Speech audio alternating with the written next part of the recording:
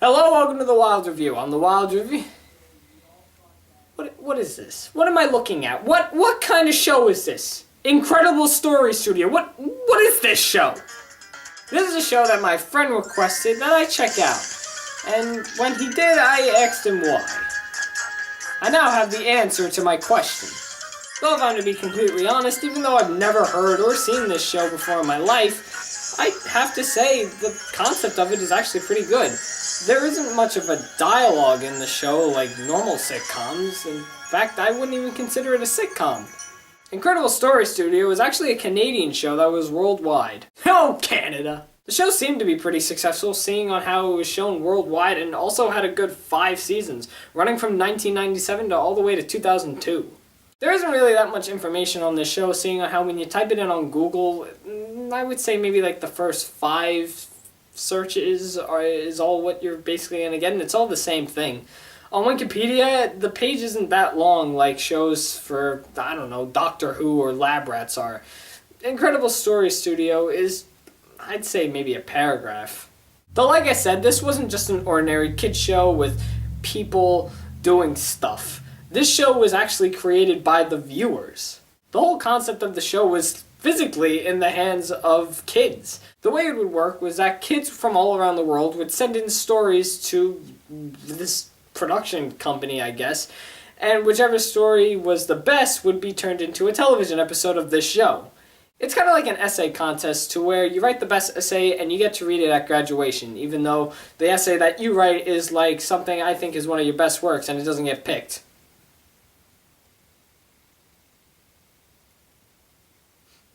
So luckily I was able to find some episodes on YouTube under the username Chris Ross, which I think is a guy in the show, because the episode that I'm talking about today, he is in.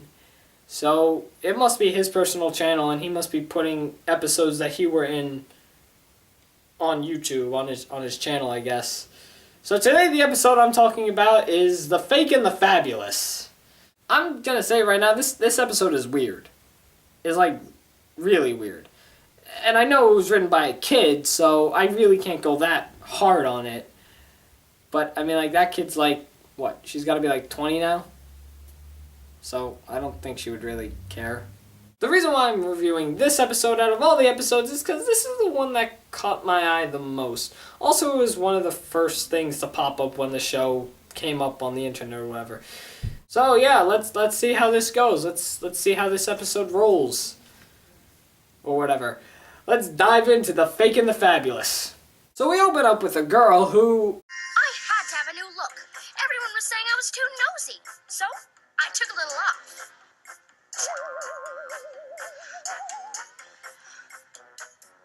I said off, not on. Oh my god, this is gonna suck.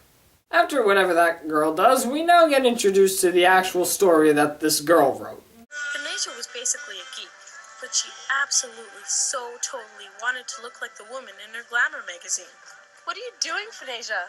Wait. Oh, what is her name? What kind of name is that? Tanaja? What kind of name's Tanaja? I've never heard of that name before. Are the parents trying to punish the child by giving him a really stupid name? That's a stupid name to give a little girl. Like, who would name their child Tanaja? Tanaja's main role in the story is that she's a geek, and she wants to be more like the people she sees in her magazines. She and her friend, who is unnamed for some reason as of this moment, decide to go over to a boutique that is right across the street from their school to see if maybe Tanaja can get some beauty tips from whoever owns the shop. Wait, Phanesia! Okay, wait. What is this girl's name? Is it Tanaja or Phaneja? You just said Phaneja, and a couple minutes ago you said Tanaja. So what is it? Whatever the name is, it's a pretty stupid name. Sounds like the parents are punishing this girl.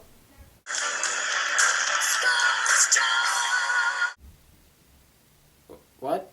So Phaneja decides that it's time for her to get a new look, seeing on how she doesn't like the way that she looks now. You'll be better than you've ever been before. I'll give you a brand new look. No imitations.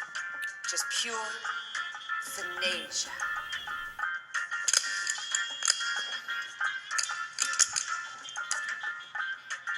First, I'll buff off your dead skin.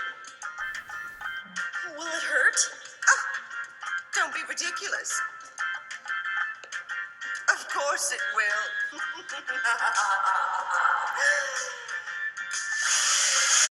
So is that it? You're just gonna dive into this makeover? You're not gonna sign anything? This woman's not making you sign any contracts, so this way you don't sue? This can go horribly wrong, and you have the right to sue, you know that? I mean, she's strapping you down pretty hard. I mean, she just admitted it's gonna hurt. I mean, I think you should probably sign something. But then again, I mean, it is just a little makeover. Some parts might hurt, you know? I'm pretty sure it's not all that bad. Okay! I stand corrected. Am I beautiful yet? No, I have to fill your face with the beauty formula. I call it silicone. Ready. Do it. Can you explain to me exactly where that silicone is going? What, did you rip a hole where her heart is? Is that where you're filling it? Because it seems like you're putting it here. There are holes here, here, and yeah, even here.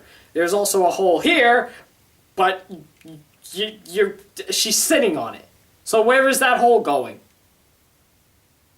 She has the right to sue if you do something wrong. I've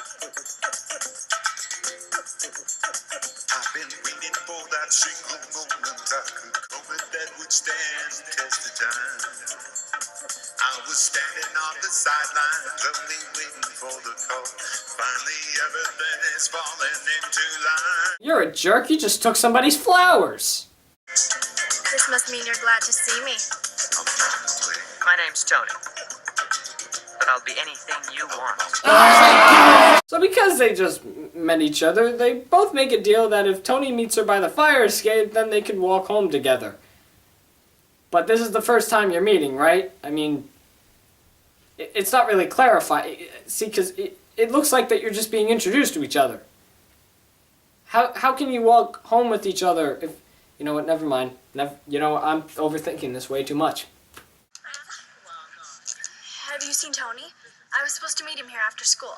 I think you've just been stood up. Okay, stop the episode. Stop for a minute. Just stop it. Alright, we're like halfway through this episode, and I already have like... We're not even at the end, and I have like 2 problems with it already.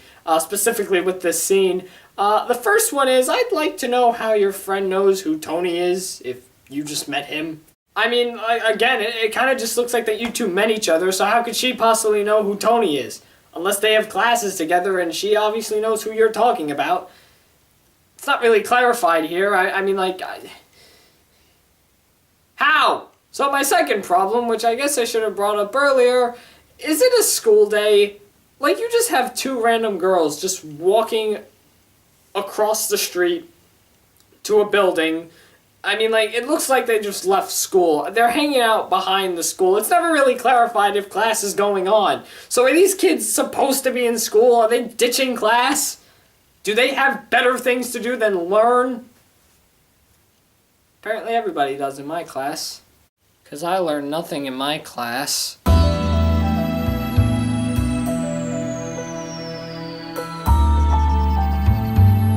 Hey, I got a pimple. Okay, seriously, where is this little girl thinking of these names?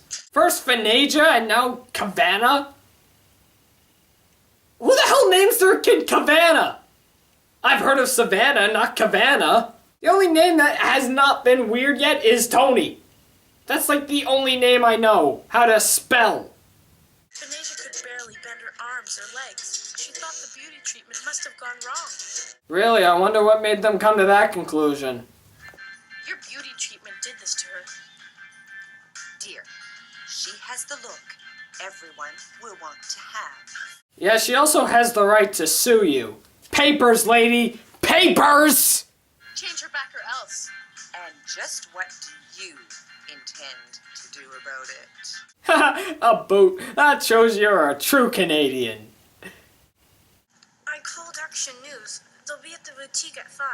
Wait, what? Why? Why are you calling the news? How did you call the news? You can't move a muscle. And why? What's the point in calling the news? What are they gonna do? I mean, what the hell? There's no need for the news to be in this story. Nothing interesting has happened.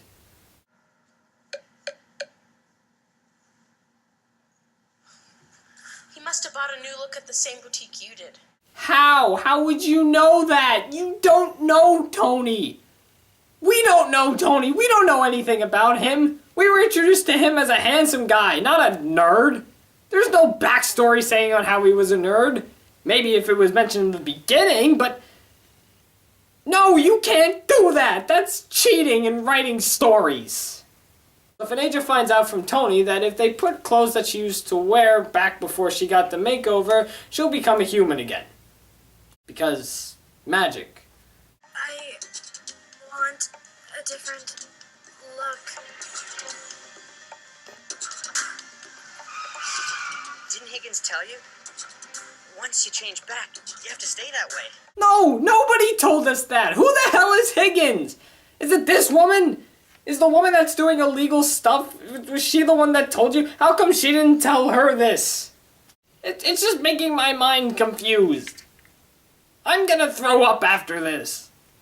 Puppet wants to know. Hey, where do you people come from? Mind your own business. Which of me do you want? What kind of question is that? Which me do you want? Yeah, dude, this isn't a love story. You're in the wrong show. So if an agent not knowing what to do decides to do what's best for her. So she decides to live her life as a plastic window dummy for the rest of her life, not being a human, leaving her family, friends, and everything behind her, just to be still forever. Yeah, that's a good choice. I would totally choose that if I were her. You know, never see my parents again, you know. Never see my friends when graduate high school. Do nothing for the rest of my life. What the hell is this? What kind of show is this? It's a good show, don't get me wrong. I think it's actually creative the way that this show is run. I don't see why shows nowadays on Nickelodeon or Disney don't do this. This is actually a pretty good idea. Have kids from around the world send in their own stories and make them turn into television stories. I mean, it's actually a pretty genius idea. I don't know why I've never heard of this, nor do I know why it was taken off the air. It's actually a pretty good plot for a show. Though the stories are a little weird, and I mean, yeah, this one was written by a little girl, and I do have to admit there is some creativity, so I'm gonna give it an okay episode review. I'm not gonna say it's bad, but I'm being nice. The story she wrote is definitely creative, but it does have its problems seeing on how, you know, we know nothing about these characters. The plot is everywhere. This woman's name isn't mentioned until the end, at least I'm thinking that's her name. The plot is just everywhere in this episode. 1 minute, one character's doing this, and then a second later she's doing this, and then she's this, and the end. I mean, that's typical writing for a child, and I will accept that. I do have to give her credit for being creative. I mean, we've never seen anything like this before. But I just feel like the plot's everywhere.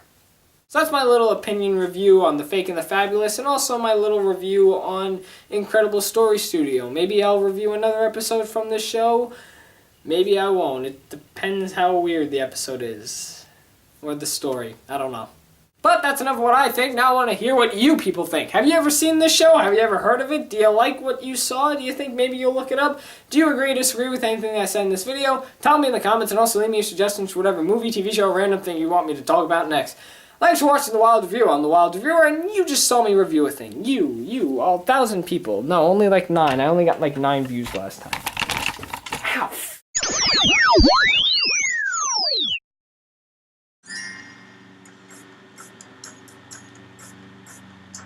I ask for a nose job, I get a breadstick. Shut up. Who put you in the show anyway?